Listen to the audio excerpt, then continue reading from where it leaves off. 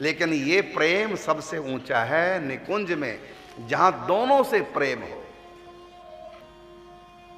दास्य भाव भी दुनिया में है, दास्य भाव का प्रेम है, सख्य भाव का प्रेम भी है, और वात्सल्य भाव का प्रेम भी है, श्रृंगार रस का पति पत्नी वाला प्रेम भी है। यहाँ चारों प्रकार के प्रेम है, लेकिन जो पंचम प्रेम है ये दुनिया से अलग है। ये इस ब्रह्मांड में कहीं भी ये प्रेम नहीं।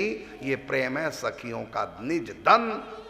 जहाँ पर सखियाँ हैं तो राधा रानी की सखियां, लेकिन प्रेम करती हैं दोनों से, ध्यान रखती है दोनों का, दोनों के लिए वो मर मिटती हैं, दोनों में उनके प्राण बसते हैं, वो दोनों के बिना नहीं रह सकती। और गजब की बात तो यह है कि कृष्ण मुझसे प्रेम करें या राधा रानी मुझसे प्रेम करें, ये भाव भी नहीं होता उनमें।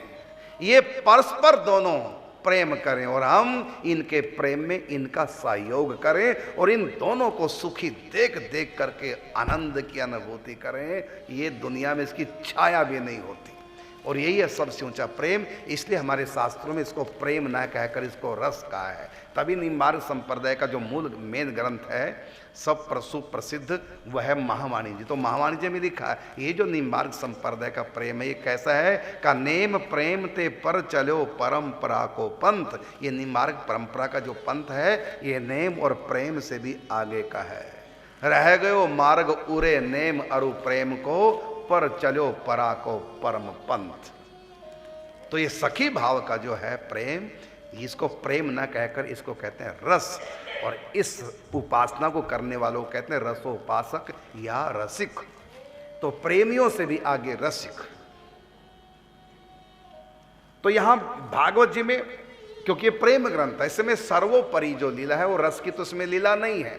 एक जगह है महाराष्ट्र में एकांतिक, जब प्रिया प्रीतम अंतर ध्यान हो जाते हैं रास करते हुए, उस समय थोड़ी सी हल्की सी सांकेतिक भाषा में वहां चर्चा आई है रस की, और ये रस सबके समझ में नहीं आ सकता है। तो बहुत सत्संग रसिकों का किया जाए और इसी पर रसिक केंद्रित होकर के वार्तालाप करें, सत्संग सुनाए, तो बहुत समय बाद फिर रस समझ में आने लग जाता है। और जब ये रस समझ में आने लग जाता है फिर और रस अच्छा नहीं लगता। ये निकुंज रस अगर कोई समझ ले तो फिर और रस की तरफ व्यक्ति का मन जाएगा नहीं।